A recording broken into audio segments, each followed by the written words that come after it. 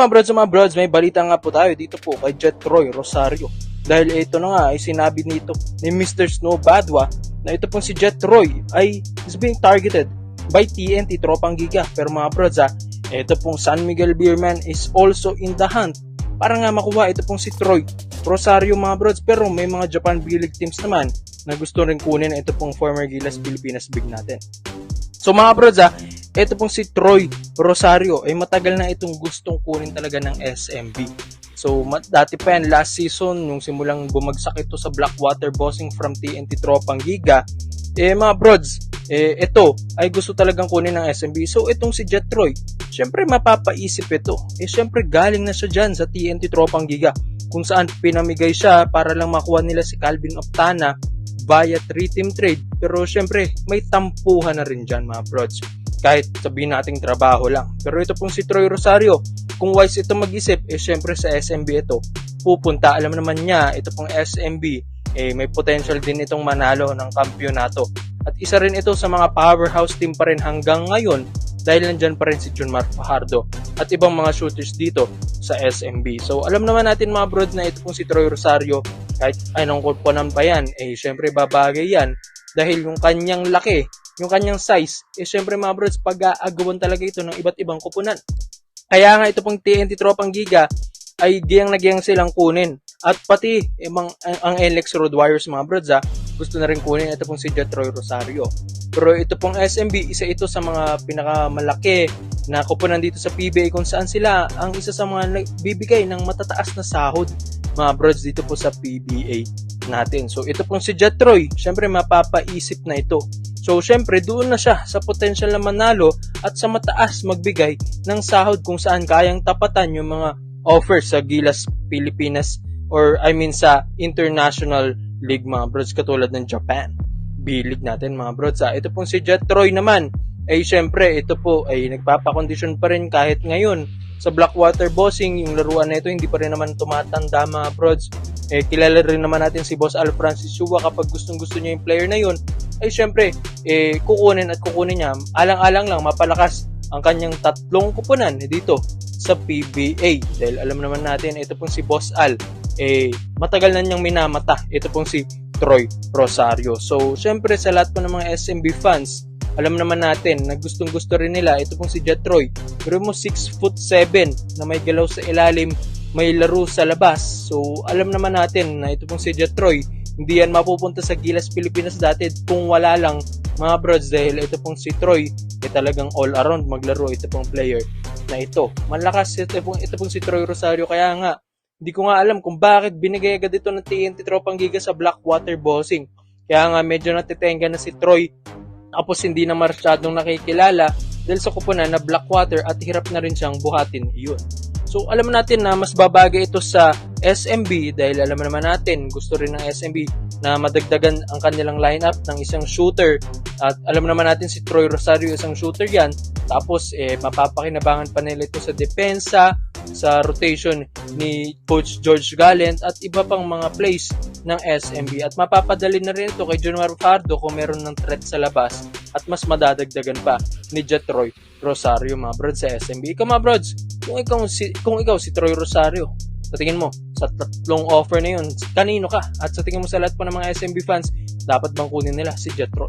Komento nga lang po nyo mga brods at isa natin niya si Xavier Lucero. And yun nga, nakuha rin ito ng Northport Batampier sa 5th pick ng first overall pick ng draft natin mga kabrods sa first round. So ito nga pong Batampier, kilala rin ito bilang isang second team ng Barangay Nebra San Miguel dahil kung mapapansin nyo naman yung lineup ng Batampier, halos lahat ng mga ex-Ginebra players ay naandyan.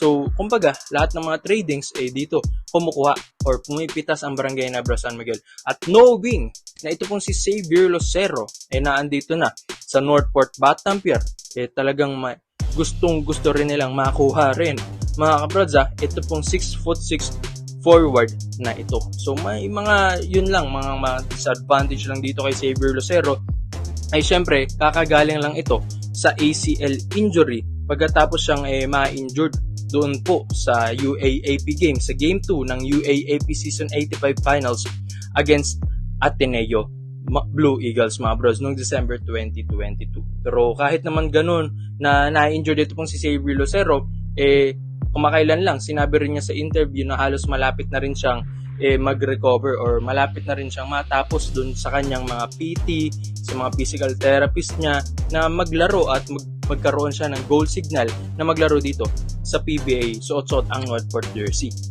So syempre, marami namang nag-aabang katulad ng Barangay Ginebra San Miguel dahil alam naman natin kapag itong ang mga players na galing mga ACL, di ba nag-iiba na yung laro, hindi na sila yung dating sila na naglalaro 100%.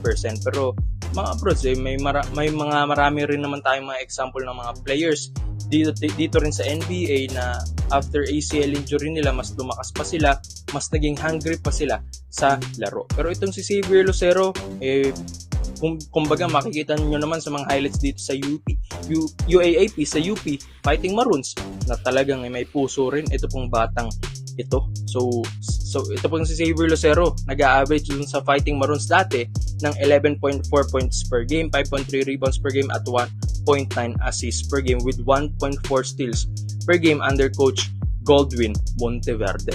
So malakas-lakas ito pong si Xavier Lucero kung hindi nyo lang alam mga kabrods. So syempre, yung laro niya doon sa UP bilang isang mga big man din or parang tinitrest din nila ito pong si Xavier Lucero, dito sa PBA, pwede rin naman itong gawing 2 or 3 mga brods. Dahil itong si Xavier, kung makikita nyo highlights na ito, may shooting din ito sa labas. At maganda rin ang footwork nito. Agile na player, athletic, mabilis. So na kay Lucero na ang lahat. Di naman mapipik yan ng batang player sa first round nang wala lang. So syempre may rason yun kung bakit siya ang napusuan sa 5th pick mga kabrods. So malakas-lakas itong si Xavier Lucero. Isa pa dito mga kabrods, talagang magiging maganda kung ito ang makuha ng Barangay Ginebra San Miguel. Bakit? Dahil si Jeremiah Gray nga ay na-injured din sa ACL. So sakto, pagaling na rin ito pong si Xavier Lucero. So kapag gagawa ng trade ang Ginebra, syempre, alam natin na sa Northport sila kumukuha. So itong si Xavier Lucero, naandyan na yan at alam natin ang mangyayari. Kung ang next na mangyayari mga kabrod. So itong si Xavier Lucero, kapag ni-replace niya ito pong si Jeremiah Gray, tsak mga kabrods, mas magaling ito dito kay Jeremiah Gray para sa akin dahil ibang-iba ang laruan ni Xavier Lucero mga kabrods. Matutulungan niya talaga ang Ginebra like legit. So mga kabrods, ikaw ba? Ito pong si Xavier Lucero, ang batang UP Fighting Maroons. Sa tingin nyo ba dapat bang kunin ito agad-agad ng Barangay Ginebra San Miguel? At isa pa doon, hindi naman siya first pick. So hindi naman kailangan maghintay pa ng isang taon ang Ginebra para ma-trade or makuha itong si Xavier Lucero. So ikaw mga brods, sa tingin nyo ba? Itong si Xavier Lucero, babagay ba sa Barangay Ginebra San Miguel? Komento mo lang ang opinion mo dyan mga brods at isa-isa natin yan. Salamat po sa panonood mga brods. This is Overrated Highlights yun lang. I'm out. Don't shake her. Oh, bitch, you know I'm grinding like a pro skater. Baby, mama bugging, I'm so quick to hit ignore. Buku bitches in my bed, I got scales all on my floor. I got money on the line, plus I'm clocking it below. I got bitches kissing bitches.